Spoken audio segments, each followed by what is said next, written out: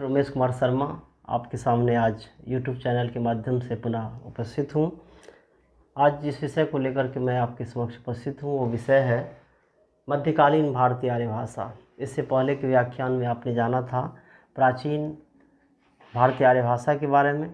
मध्यकालीन भारतीय आर्य भाषा जो आज मैं आपको बताने जा रहा हूँ, दरअसल UGC नेट, BPSC, UPSC और तमाम तरह की जो परीक्षाएं हैं, पैट है या राज्य स्तरीय परीक्षाएं हैं, TT है, STT है, तमाम परीक्षाओं के लिए यह व्याख्यान उपयोगी है। आप लोग अगर मेरे इस नोट्स को नोट करना चाहें, इस बोर्ड की सामग्री को, तो आप इसे कर सकते हैं। और आप देख रहे हैं कि मध्यकालीन भारतीय आर्य भाषा का जो कालक्रम रहा है वो कालक्रम 500 ईस्वी पूर्व से लेकर के 1000 ईस्वी पूर्व रहा है, 1000 ईस्वी तक रहा है। आपने इससे पहले प्राचीन कालीन भारतीय आर्य भाषा का समय देखा था।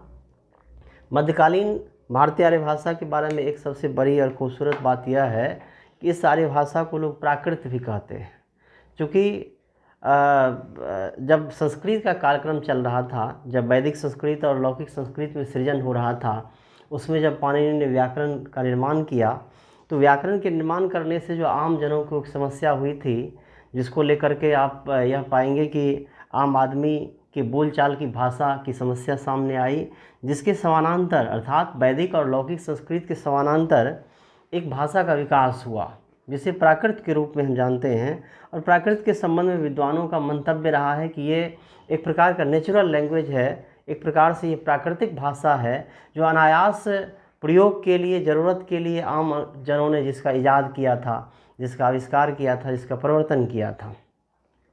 दूसरी धारणा भी इसके बारे में है कि जब संस्कृत को संस्कार से हीन कर दिया जाता है तो आम जनों की भाषा वो निर्मित हो गई, और जिसे हम प्राकृत कहते हैं, यह प्राकृत अर्थात संस्कृत अगर तत्सम शब्दावली प्रधान है तो इसमें तद्भव की प्रधानता हो जाती है। इस तरह की बात भी कही जाती है, लेकिन मूल रूप से हम इस तरह की बात समझते हैं कि ये प्राकृत भाषा है जिसका अनायास प्रवर्तन हुआ था और आम जनों ने इसका प्रयोग किया था। इसे 3 रूपों में देखा जाता है, प्रथम प्राकृत, द्वितीय प्राकृत और तृतीय प्राकृत।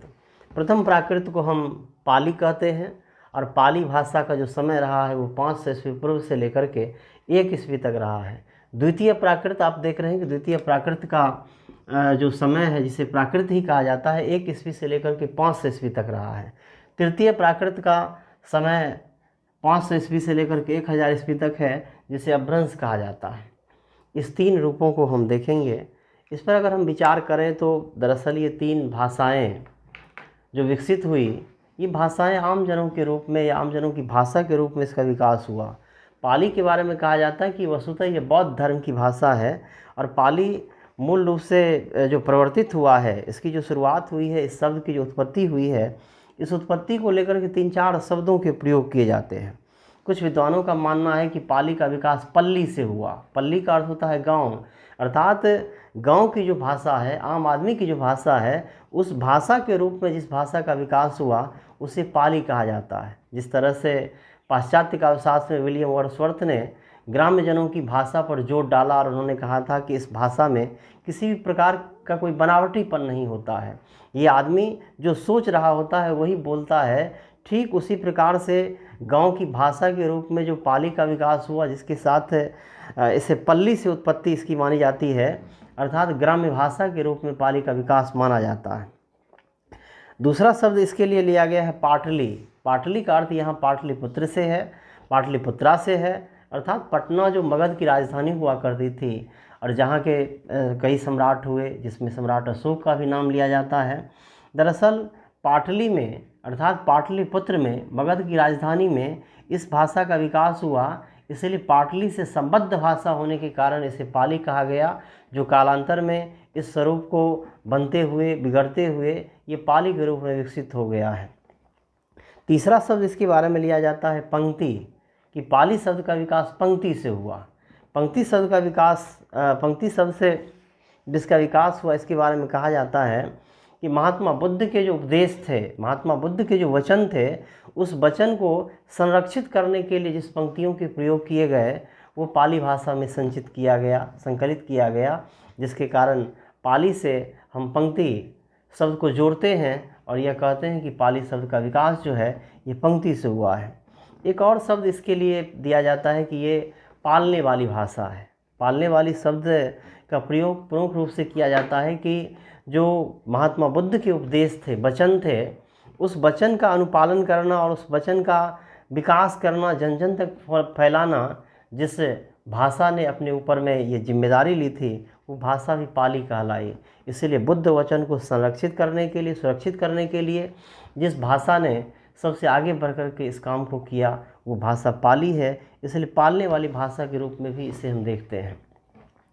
हम यह पाते हैं कि जब मगध के सम्राट अशोक हुए तो अशोक ने अपने पुत्र सम्राट महेंद्र कुमार को आदेश दिया था कि पाली भाषा का विकास देश और दुनिया में हो। और यही कारण है कि महात्मा बुद्ध के जो उपदेश थे त्रिपिटक के रूप में, उसे 3 अलग अलग बक्से में बंद करके इन्होंने देश के कोने कोने में ही नहीं भेजा, बल्कि श्रीलंका भेजा और वहाँ उसको उन्होंने विकसित किया। 3 पिटक जो है ये 3 पिटारों में बंद किया गया, 3 बक्से में बंद किया गया, जिसके कारण इसका नाम त्रिपिटक हुआ है। इस त्रिपिटक में सुत्त पिटक, अभिधम्म पिटक और विनय पिटक है। तीनों पिटकों के माध्यम से प्रमुख रूप से आप देखेंगे कि ये विकास हुआ है इसका। सुत्त पिटक,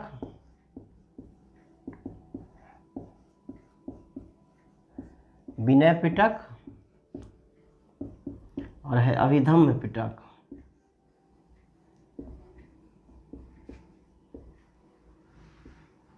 तीनों पिटकों को, तीनों तरह के विचारों को 3 बक्से में बंद करके इन्होंने देश के कोने कोने में भेजा, श्रीलंका भेजा, चीन भेजा, जिसके कारण इसका विकास हो पाया है। दरअसल पाली भाषा के विकास के लिए, परिवर्धन के लिए, संवर्धन के लिए महात्मा बुद्ध के उपदेशों को ही प्रमुख रूप से उसका योगदान माना जाता है। और ये बौद्ध धर्म की भाषा है, उसके विकास की भाषा है, उसके संरक्षण की भाषा है। दूसरी भाषा जिसे प्राकृत कहा जाता है, इसका जो दूसरा रूप है प्राकृत, जिसे हम नेचुरल लैंग्वेज के रूप में जानते हैं, इस प्राकृत का कालक्रम 1 ईस्वी से लेकर के 500 ईस्वी तक माना जाता है। और प्राकृत भाषा के बारे में कहा जाता है कि इसके 2 रूप है। एक तो अगर हम समग्रता के साथ लें तो पाली, प्राकृत और अपभ्रंश सब प्राकृत है। लेकिन अगर हम इसे इंडिविजुअल तरीके से लें, व्यक्तिगत तौर पर अगर हम इस पर विचार करें, तो प्राकृत एक स्वतंत्र भाषा भी है जो 1 ईस्वी से लेकर के 500 ईस्वी तक विकसित हुआ था।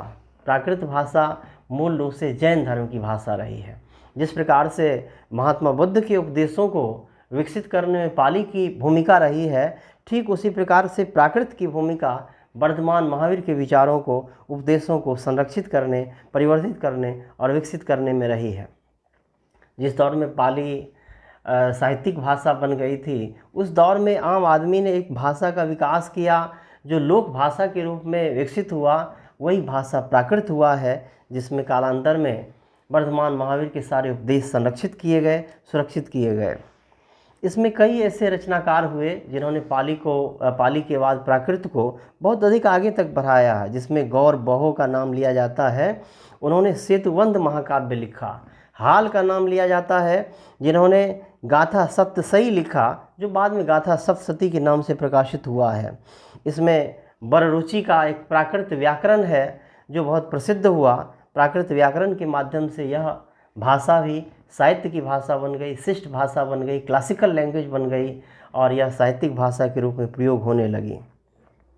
इसमें आप हम देखेंगे कि प्राकृत के भी 5 स्वरूप की बात की जाती है। इसके भी 5 भेद हैं: महाराष्ट्री, मागधी, सौरसेनी, अर्धमागधी और पैसाची।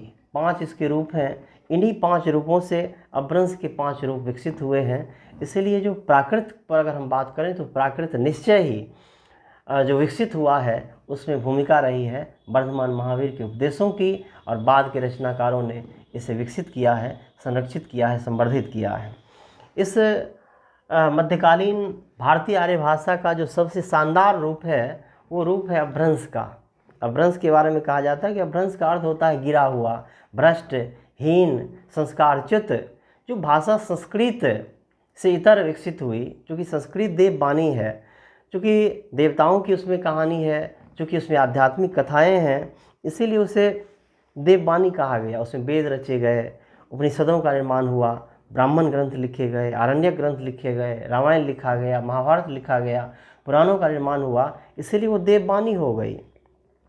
और इस देववाणी के संस्कार से जो रहित भाषा है, जो गिरी हुई भाषा है, जो भ्रष्ट भाषा है, उस भाषा के लिए अपभ्रंश शब्द का प्रयोग किया गया। ये अलग सवाल है कि अपभ्रंश शब्द का प्रयोग आरंभ में बहुत ही उपेक्षित तरीके से किया गया, ऐसी भाषा के लिए किया गया जो एकदम संस्कार भ्रष्ट भाषा है।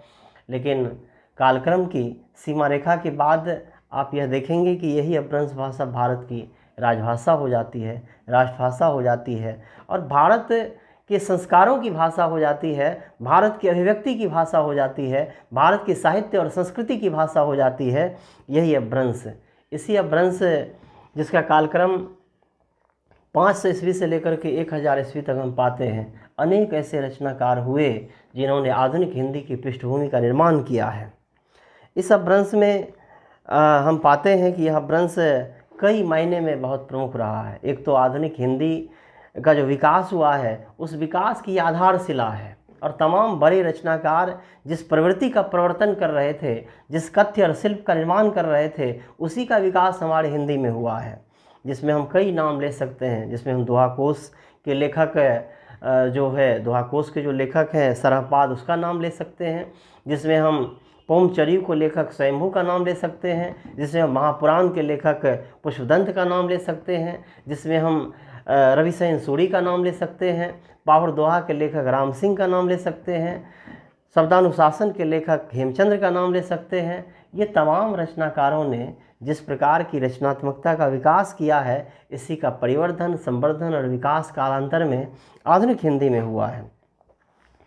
ये अपभ्रंश जिसके कई भेद किए गए, अपभ्रंश के भेद को लेकर के काफ़ी विवाद है। नवी साधु ने इसको 3 रूपों में विभाजित किया है, उपनागर, नागर और आभीर। मार्कंडे ने भी 3 भागों में बांटा है, नागर, उपनागर और ब्राचर।